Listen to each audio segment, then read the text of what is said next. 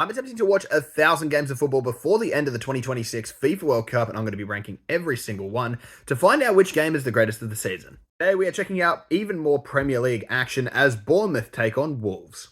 Both sides experienced losses on the opening day. However, Bournemouth showed plenty of promise.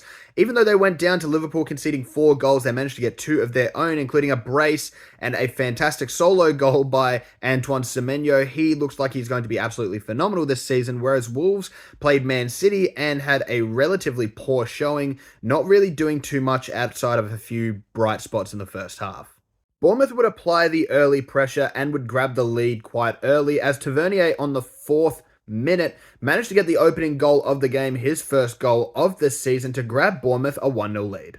Not much would actually happen for the rest of the first half. Bournemouth would continue to be the better side as they were throughout the entirety of the game, having a few chances here and there, though not being able to convert anything serious, and it would go into halftime still at 1-0.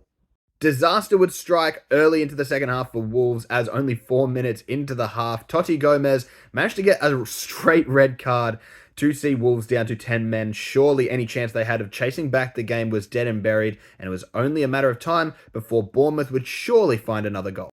However, despite the constant pressure, they did not manage to find an equaliser. However, despite the man advantage and constant pressure, they weren't able to find another goal to extend their lead. I'd have to say a large part of this was down to Wolves centre-back Agbadou, who was absolutely everywhere. He had a phenomenal game, in my opinion, and I hope to see him do much more this season, because like I said, he was absolutely fantastic.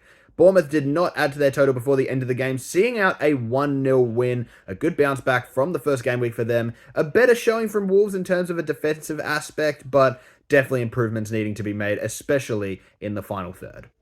Overall, this game wasn't horrible, to be honest, definitely not the greatest game of the weekend. I'm going to rate it a 4.6.